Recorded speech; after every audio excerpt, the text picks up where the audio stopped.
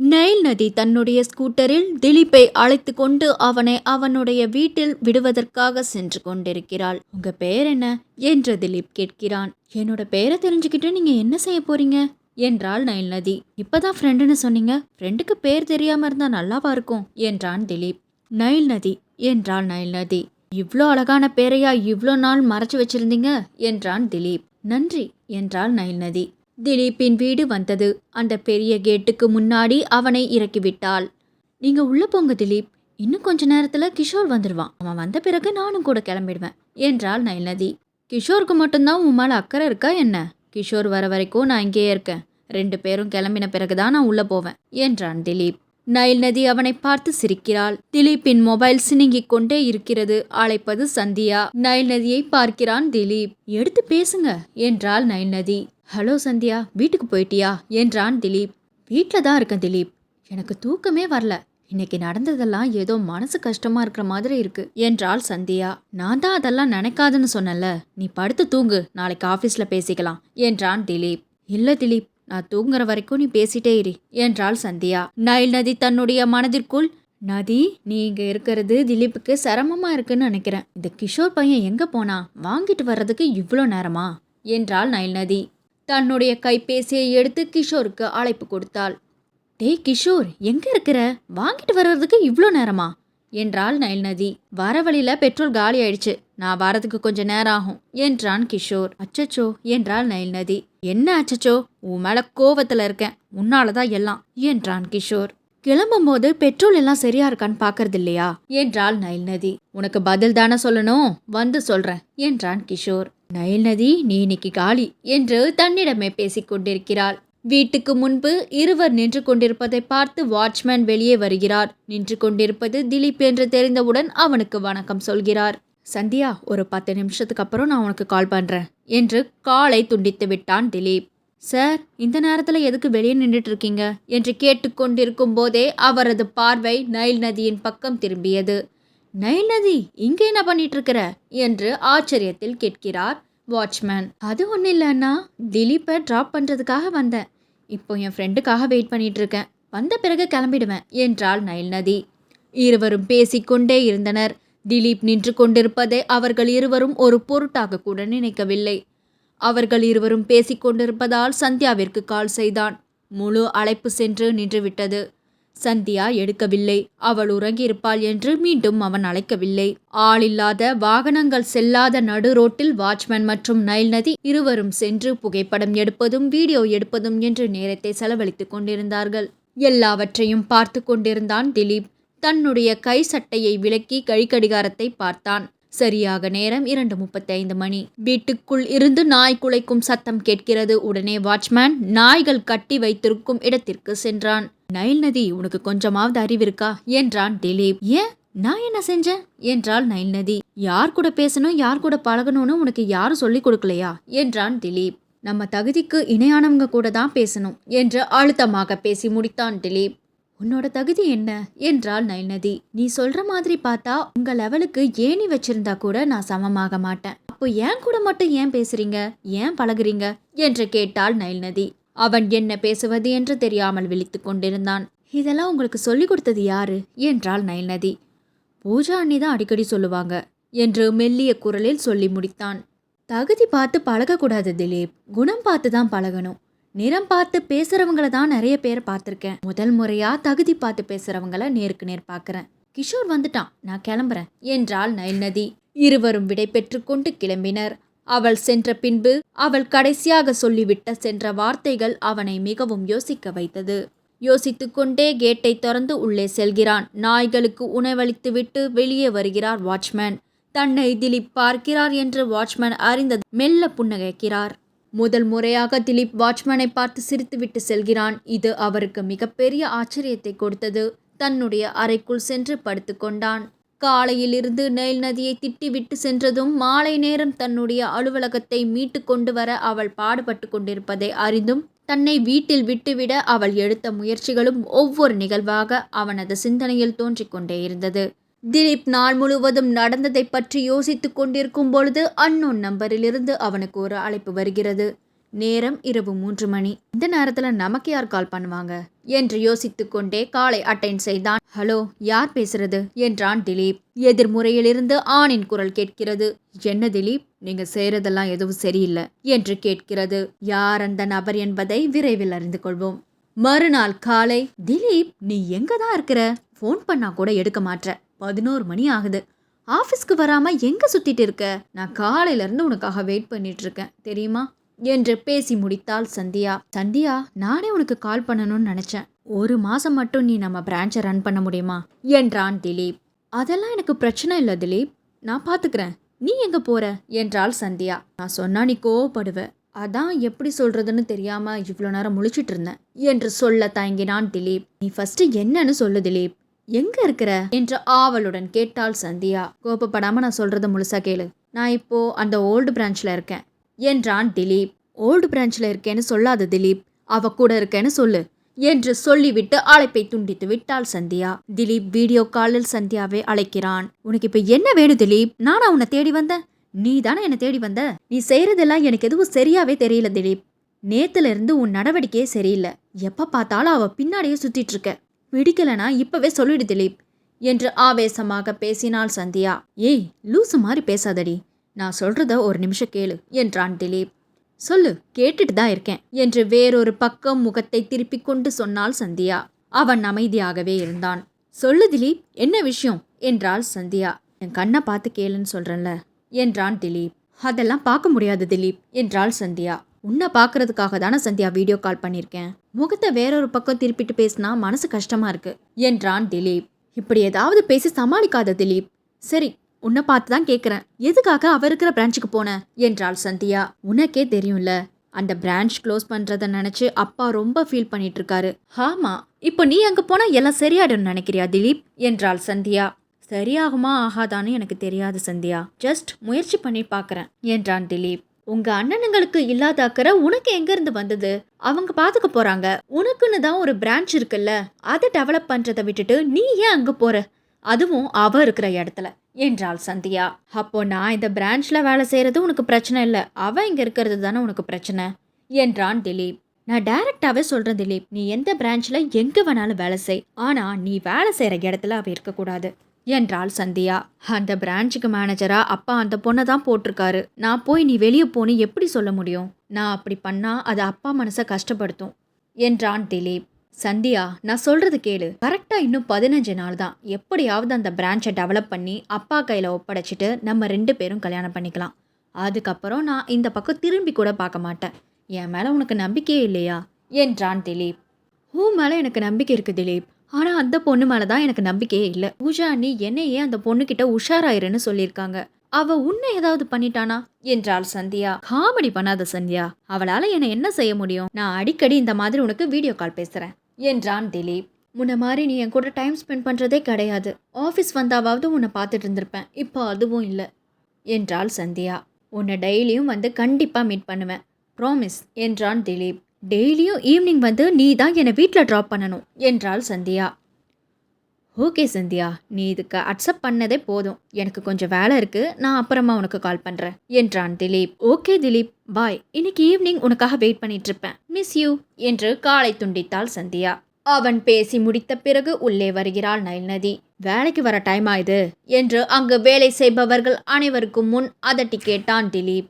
இல்ல திலீப், ஒரு முக்கியமான விஷயமா வெளியே போனேன், போயிட்டு வர நேரம் ஆயிடுச்சு என்றாள் நயல்நதி. இப்படியெல்லாம் இருந்தா எப்படி டெவலப் பண்ண முடியும் என்றான் திலீப். நான் ஷார்ப்பா 10 o'clock உள்ள வந்துட்டேன். வந்து மேனேஜர் எங்கன்னு கேட்டா இன்னும் வரலன்னு சொல்றாங்க என்றான் திலீப். அவள் அமைதியாகவே நிற்கிறாள். சரி சரி, போய் வேலையை பாரு.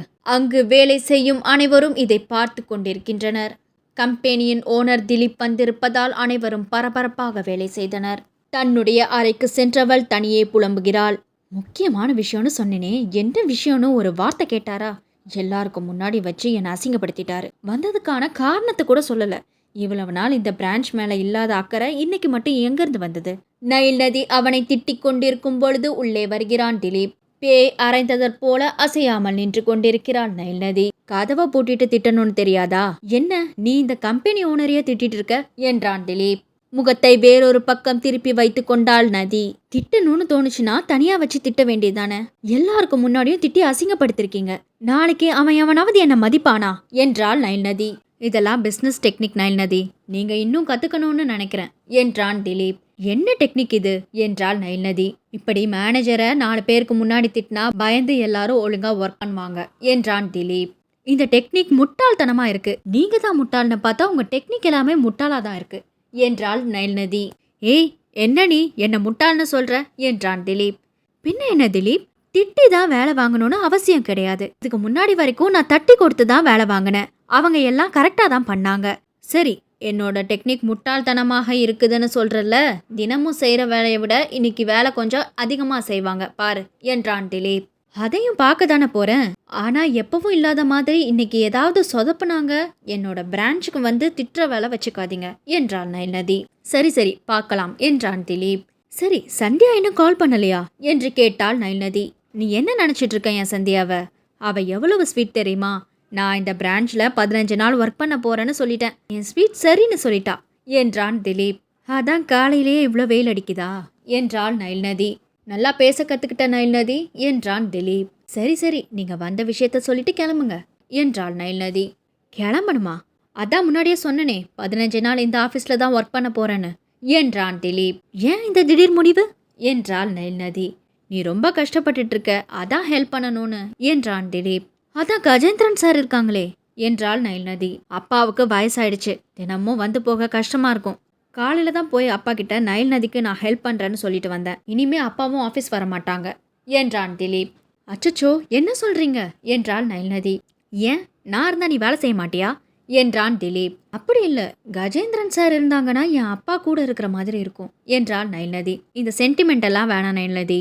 ஆஃபீஸ் விஷயத்துக்குள்ள ஃபேமிலி எல்லாம் உள்ள கொண்டு வரக்கூடாது. ஜாப் வேற ஃபேமிலி வேற என்றான் திலீப். இப்ப நான் என்ன சொல்லிட்டேன்னு இந்த கருத்து ஊசி என்றாள் நைல் நதி.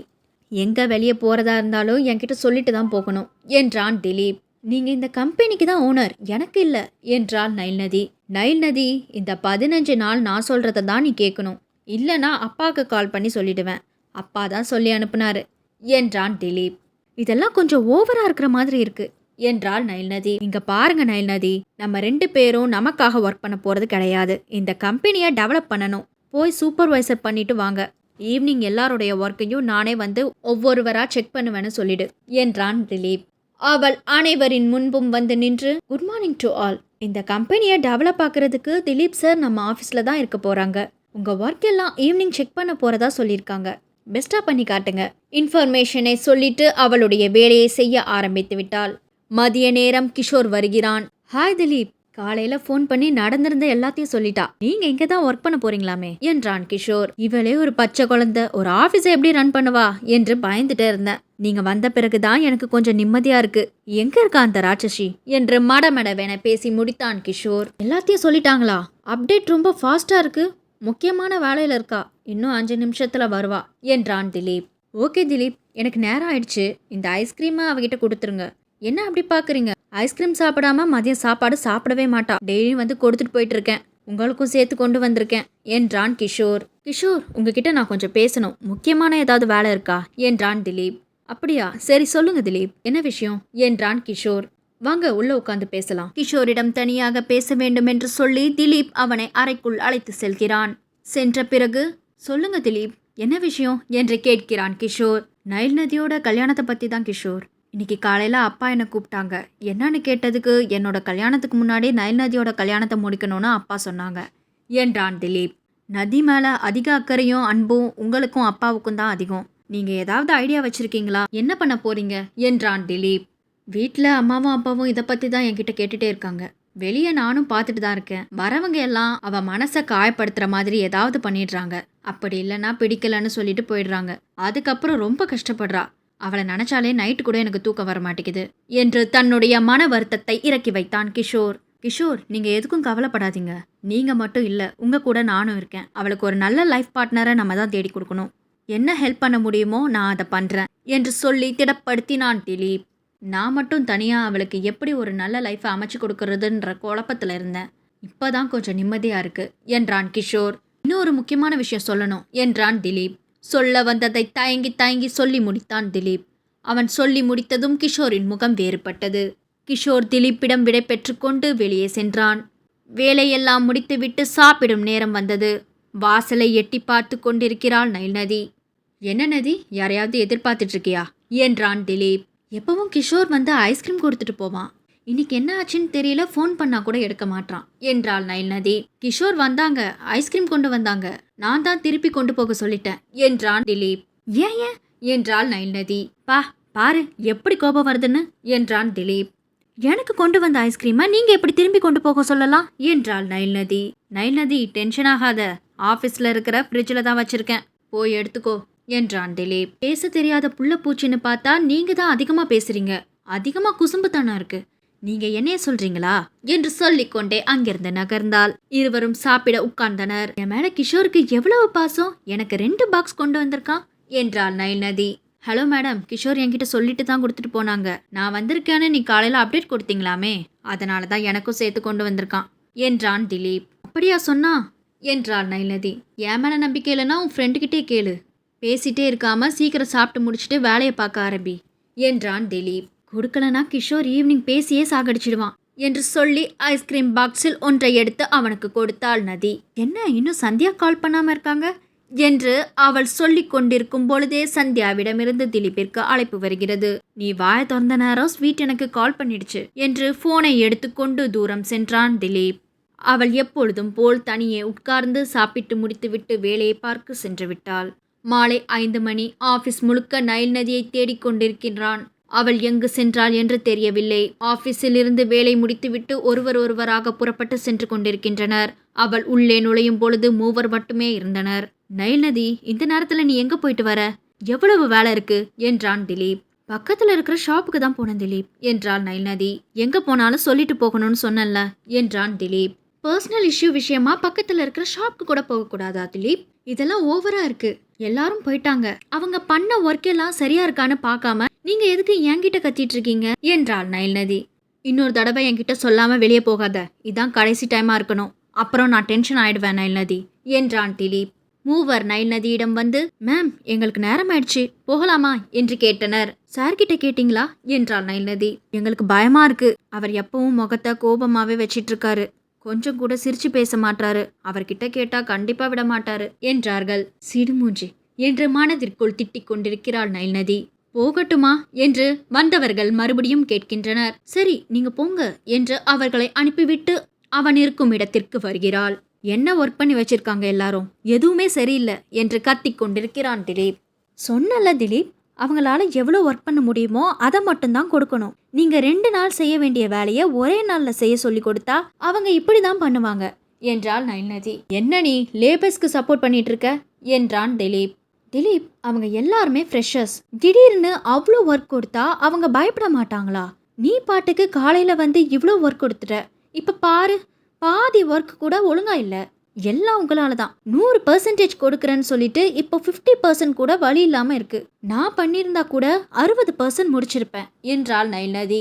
அப்போ என்னாலதான் இவ்வளோ ப்ராப்ளம்னு சொல்றியா, அவங்க சரியா ஒர்க் பண்ணாததுக்கு நீ ஏன் மேல பழிய போடுற என்றான் திலீப். எனக்கு எதுவும் தெரியாது திலீப், நான் உங்களை எதுவும் குறை சொல்லல, இன்னைக்கு கண்டிப்பா டெவலப்மெண்ட்டோட பர்சன்டேஜ் குறைஞ்சிடும், நீங்க என்ன பண்ணுவீங்களோ தெரியாது, எனக்கு ஒரு 30% இருந்து முடிச்சு கொடுத்துட்டு போங்க என்றாள் நைல்நதி. ஐயோ என்னால முடியாது, இனி நான் உன்னை டிஸ்டர்ப் பண்ண மாட்டேன், நீயே லேபர்ஸ் கிட்ட வேலை வாங்கிக்கோ என்றான் திலீப். நாளைக்கு கதையை நாளைக்கு பார்த்துக்கலாம், எனக்கு இப்போ ஒரு 30% முடிச்சு கொடுத்துட்டு போங்க என்றாள் நைல்நதி. அச்சோ நைல்நதி, அங்க சந்தியா எனக்காக வெயிட் பண்ணிட்டு இருப்பா, அவளை கூட்டிட்டு போகணும் என்றான் திலீப். என்னை டென்ஷன் பண்ணாதீங்க திலீப், எனக்கு அதெல்லாம் தெரியாது, எனக்கு ஒர்க்கு முடிச்சு கொடுத்துட்டு போங்க, நானும் உங்க கூட இருந்து ஹெல்ப் பண்றேன், இன்னைக்கு நடந்ததெல்லாம் கஜேந்திரன் சார் கிட்ட கால் பண்ணி போட்டு கொடுத்துடுவேன் என்று மிரட்டினாள் நைல்நதி. ஐயோ அப்படியெல்லாம் எதுவும் பண்ணிடாதமா, நீ சொன்ன மாதிரி 30% முடிச்சு கொடுத்துட்டு போறேன் என்றான் திலீப். அந்த வேளையில் அவன் பெரியவன் என்பதால் அதை விரைவாக முடிக்க முயற்சி செய்கிறான். அடிக்கடி சந்தியாவிடமிருந்து அழைப்பு வருகிறது. ஹலோ திலீப், நான் ஆஃபீஸில் உனக்காக வெயிட் பண்ணிட்டு இருக்கேன், சந்தியா இன்னைக்கு ஒரு நாள் மட்டும் நீயே வீட்டுக்கு போறியா, நாளையிலேருந்து கரெக்டாக ஷாப்பாக டைமுக்கு வந்து உன்னை கூட்டிகிட்டு போகிறேன் என்றான் திலீப். அதெல்லாம் முடியாது திலீப், எவ்வளவு நேரம் ஆனாலும் பரவாயில்ல, நான் ஆஃபீஸில் தான் இருப்பேன், நீ என்னை வந்து கூட்டிகிட்டு போகணும் என்று பிடிவாதமாய் அமர்ந்திருக்கிறாள் சந்தியா. இதையெல்லாம் கவனித்துக் கொண்டிருந்த நைல்நதி, சரி இப்போ புறப்படுங்க, நாளைக்கு கொஞ்சம் சீக்கிரமா வந்து முடிச்சுக்கலாம் என்றாள் நைல்நதி. நன்றி நதி என்றான் திலீப். அதெல்லாம் ஒண்ணு வேணாம். என்னை கூட்டிட்டு போறதுக்காக கிஷோர் வந்துட்டான். அதனால தான் உங்களையும் போக சொன்னேன். இல்லனா வேலையை முடிச்சு கொடுத்துட்டு தான் நான் போக சொல்லியிருப்பேன் என்றாள் நைல்நதி. கடவுள் மாதிரி வந்து அந்த கிஷோர் என்னை காப்பாத்திட்டாரு என்றான் திலீப். உடனே அங்கிருந்து புறப்பட்டு சந்தியாவை பார்க்க செல்கிறான். அவன் செல்லும் நேரம் ஆபீஸில் ஒருவர் கூட இல்லை. சந்தியா மட்டும் மேனேஜர் அறையில் அமர்ந்து கொண்டிருக்கிறார். அருகில் சென்று, சாரி சந்தியா, கொஞ்சம் வேலை அதிகமா இருந்துச்சு, அதனாலதான் என்றான் திலீப். எனக்கு எவ்வளவு பயமா இருந்துச்சு தெரியுமா திலீப் என்றாள் சந்தியா. நம்ம ஆபீஸ் தானே என்றான் திலீப். நம்ம ஆபீஸ் தான், யாருமே இல்ல, எல்லாரும் வீட்டுக்கு போயிட்டாங்க. வாட்ச்மேன் அண்ணா மட்டும்தான், அவர் கூட கீழே தான் இருக்காரு. இருக்க பயமா இருக்குது திலீப், இனிமே இப்படிலாம் லேட்டா வராத என்றாள் சந்தியா. என்னது, யாருமே இல்லையா என்றான் திலீப். என்றாள் சந்தியா. அலுவலகத்தில் யாரும் இல்லை என்பதை அறிந்து கொண்ட திலீப், இன்னைக்கு ஃபுல்லா ரொம்ப டென்ஷன், நிறைய ஒர்க்கு, ரிலாக்ஸ் பண்ணலாமா என்று அவளிடம் கேட்கிறான். அச்சச்சோ, விளையாடாத திலீப், இது ஆபீஸ் என்றாள் சந்தியா. அதான் யாருமே இல்லைல்ல, ப்ளீஸ் சந்தியா, கிஸ் மட்டும் தானே கேட்குறேன் என்றான் திலீப். நான் அன்னைக்கே சொன்னல, அதுதான் கடைசின்னு என்று மறுக்கிறாள் சந்தியா. இந்த ஒரு முறை மட்டும், இனிமே கேட்க மாட்டேன் என்றான் திலீப். கெஞ்சிக்கொண்டே இருக்க அவளும் ஒப்புக்கொண்டாள். கண்ணங்கள் தழுவி இமை மூடி இதழ் சுவைத்தான். அவளை வீட்டில் விட்டுவிட்டு அவனது அறைக்கு சென்று படுத்து உறங்கும் முன்பு ஓல்டு பிரான்ச்சில் இருந்து 30% ஒர்க் முடித்ததற்கான மெசேஜ் வந்திருந்தது. உடனே நைல்நதிக்கு கால் செய்கிறான்.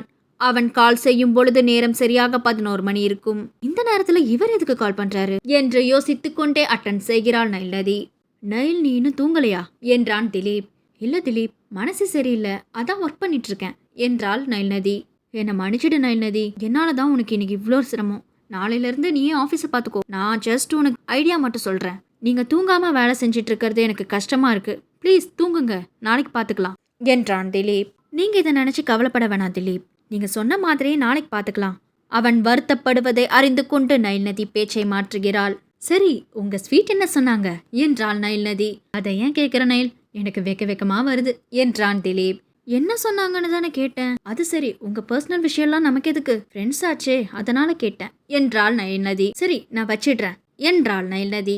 இரு போயிடாத, அண்ணி வேற தூங்கிட்டாங்க, யார்கிட்ட ஷேர் பண்றதுன்னு தெரியாம முழிச்சிட்டு இருந்தேன். சந்தியாவை கூட்டிட்டு வரதுக்காக ஆஃபீஸ் போனேன். நான் போன டைம்ல ஆஃபீஸ்ல யாருமே இல்லை, சந்தியா மட்டும்தான் இருந்தா என்றான் திலீப். என்ன சொல்ல போறான்னு தெரியலையே, இதை கேட்கணுமா கேட்க கூடாதா என்று தயங்கிக் கொண்டே அப்புறம் என்றாள் நைல்நதி. அதை என் வாயால நான் எப்படி சொல்லுவேன் என்றான் திலீப். சொல்ல முடியாதுன்னா வேணாம் என்றாள் நைல்நதி. என்னோட ஸ்வீட் எனக்கு கிஸ் கொடுத்தா என்று சொல்ல வந்ததை சொல்லி முடித்தான். திலீப், இன்னைக்கு ரொம்ப சந்தோஷமா இருக்கீங்க, நீங்க பேசுறதுல இருந்து தெரியுது. இதுக்கு காரணம் அவ கொடுத்த கிஸ் தானா? சரி, உங்க ஆபீஸ்ல கேமரா எதுவும் கிடையாதா என்று கேட்கிறாள் நைல்நதி. அச்சோ, நான் அதை யோசிக்கவே இல்லையே என்றான் திலீப். நாளைக்கு காலையில சீக்கிரமா போய் சிசிடிவி கேமரா ஃபுட்டேஜை டெலீட் பண்ணிடுங்க, யாராவது பார்த்தாங்கன்னா பிரச்சனை ஆயிடும் என்றாள் நைல்நதி. சரி, நீ சொல்லலன்னா அதை பத்தி நான் யோசிச்சிருக்க கூட மாட்டேன். நாளைக்கு காலையில போய் அதை முதல்ல செஞ்சுட்டு வந்துடுறேன். சும்மாவே அவளுக்கும் எனக்கும் ஏதோ ஒண்ணுன்னு ஆபீஸ்ல எல்லாரும் பேசிக்கிறாங்க. இன்னும் ஆபீஸ்ல யாருக்கும் நான் அவளை தான் கல்யாணம் பண்ணிக்க போறேன்னு தெரியாது என்றான் திலீப். சிரிக்க முடியாமல் சிரித்து கொண்டிருக்கிறாள் நைல்நதி. சிரிக்காத நதி, எவ்வளவு சீரியஸா பேசிட்டு இருக்கேன், கொஞ்சமாவது பொறுப்பா ஏதாவது சொல்லு என்றான் திலீப். ஆள் இல்லாத இடத்துல நீங்க விளையாடிட்டு வந்து என்ன பொறுப்பா இருன்னு சொல்லிட்டு இருக்கீங்க. சரி, காலையில நான் எழுப்பி விடுறேன், நீங்க போய் அதை டெலீட் பண்ணிடுங்க என்று யோசனை சொன்னாள் நைல்நதி. மறந்துடாத நைல்நதி, 5 மணிக்கெல்லாம் கால் பண்ணிடு என்றான் திலீப். சரி, நான் ஷாப்பா 5 மணிக்கு கால் பண்றேன், இப்போ போனை வச்சுட்டு தூங்குங்க திலீப் என்றாள் நைல்நதி. உறங்க போகும் முன்பு நைல்நதியை பார்க்க வருவான் கிஷோர். நைல்நதி, இன்னும் தூங்காம என்ன செஞ்சிட்டு இருக்க என்று கேட்கிறான் கிஷோர். கிஷோர், இங்க வாயேன் என்றாள் நைல்நதி. சொல்லு நைல்நதி, உன்னோட முகத்தை பார்த்தா ஏதோ சிறப்பான சம்பவம் நடந்திருக்கிற மாதிரி இருக்கு என்றான் கிஷோர். ஃபர்ஸ்ட் உட்காரு என்றாள் நைல்நதி. இன்னைக்கு ஒர்க் எப்படி போச்சு, திலீப் சார் வேற கூட இருந்தாரு என்றான் கிஷோர். ஒர்க் எல்லாம் கொஞ்சம் மோசமா தான் போச்சு, நாளைக்கெல்லாம் சரியாயிடும். திலீப் நான் நினைச்ச மாதிரி இல்ல கிஷோர், அவனுக்கு கைட் பண்றதுக்கு ஸ்ட்ராங்கா ஒரு பர்சன் இல்ல, அவ்வளவுதான். இருந்திருந்தா கண்டிப்பா அவன் வேற மாதிரி இருந்திருப்பான் என்றாள் நைல்நதி. எப்பவும் திட்டிட்டு தான் இருப்ப, இப்போ புதுசா சப்போர்ட் எல்லாம் பண்ணிட்டு இருக்க என்றான் கிஷோர். உன்கிட்ட சொல்லணும்னு தோணுச்சு கிஷோர், அவனுக்கு கல்யாணம் ஆயிடுச்சுன்னா எல்லாம் சரியாயிடும். அவங்க வீட்டில் இருக்கிற ஒரு சிலர் தான் அவனை என்னென்னமோ பேசி அவனோட மனசை கெடுத்து வச்சிருக்காங்க, ஆனா இது அவனுக்கு தெரிய மாட்டேங்குது என்றாள் நைல்நதி. கஜேந்திரன் சார் கூட என்கிட்ட சொன்னாரு, நான் அவர் சொல்லும் போது நம்பல, அவன் கூட பழகும் போது தான் தெரியுது. சந்தியா திலீப்போட லைஃப்குள்ள வந்துட்டா எல்லாமே மாறிடும் என்றாள் நைல்நதி. சரி, பேசினதெல்லாம் போதும், நேரம் என்ன ஆகுதுன்னு பாரு, சீக்கிரம் படுத்து தூங்கு என்றான் கிஷோர். அப்புறம் இன்னொரு முக்கியமான விஷயம், திலீப் சாரோட கல்யாணத்துக்கு ஐஸ்கிரீம் ஷாப்பரா உன்னை தான் புக் பண்ணியிருக்காங்க என்றாள் நயன்நதி. என்கிட்ட அதை சொல்லவே இல்லை என்றான் கிஷோர். சாரி கிஷோர், மறந்துட்டேன் என்றாள் நயன்நதி. பெரிய இடம் வேற என்றான் கிஷோர். ஆமா கிஷோர், அந்த ஒரு டைம் மட்டும் நம்ம ஐஸ்கிரீம் சாப்பிட்டாங்கன்னா அங்க வர எல்லாருமே அவங்களோட ஃபங்க்ஷனுக்கு உன்னை தான் புக் பண்ணுவாங்க. இது நமக்கு கிடைச்ச செம சான்ஸ், இதை விட்டுட கூடாது கிஷோர் என்றாள் நயன்நதி. இது உன்னாலதான் என்றான் கிஷோர். தேங்க்ஸ் எல்லாம் சொல்லி ஃப்ரெண்ட்ஷிப்பை கேவலப்படுத்தாத, எனக்கு தூக்கம் வருது, சீக்கிரம் கிளம்பு என்றாள் நயன்நதி. மறுநாள் காலை 5 மணியிலிருந்து திலீப்பிற்கு நயன்நதி கைபேசியில் இருந்து அழைப்பு கொடுத்து கொண்டே இருக்கிறாள். 50 முறைக்கு மேல் கொடுத்து விட்டாள். ஆனால் ஒரு முறை கூட திலீப் அட்டன் செய்து பேசவில்லை. நல்ல உறக்கத்தில் இருக்கிறான். காலையில் சிசிடிவி ஃபுட்டேஜ் டெலீட் பண்ணணும்னு சொன்னார். இப்போ கால் பண்ணால் எடுக்கவே இல்லை. ஒருவேளை ஆஃபீஸ்க்கு போய் டெலீட் பண்ணிட்டு இருப்பாங்களோ? அதை தான் அட்டன் பண்ணி ஒரு வார்த்தை சொன்னால் என்ன, எதுக்கும் அவருடைய வீட்டுக்கு போய் கன்ஃபார்ம் பண்ணிக்கலாம் என்று 6 மணிக்கு கிஷோர் உடைய வீட்டிலிருந்து புறப்படுகிறாள். திலீப்புடைய வீட்டிற்கு வருவதற்கு 6:45 ஆகிவிட்டது. அங்கு சென்றவுடன் திலீப்புடைய காரை பார்த்த பின்பு அவர் இன்னும் வீட்டிலிருந்து புறப்படவில்லை என்பதை உறுதி செய்து கொண்டாள். நேரம் விரைவாக கடந்து சென்று கொண்டே இருக்கிறது. அவளின் நிறம் பேசும் இந்த தொடருடைய அடுத்த கட்ட கதைக்களத்தை கேட்பதற்கு முன்னாடி நம்ம சேனலை சப்ஸ்கிரைப் பண்ணாதவங்க சப்ஸ்கிரைப் பண்ணிக்கோங்க. கூடவே உங்களோட சப்போர்ட் எங்களுக்கு ரொம்ப தேவை. தேங்க்யூ, பாய் பாய்.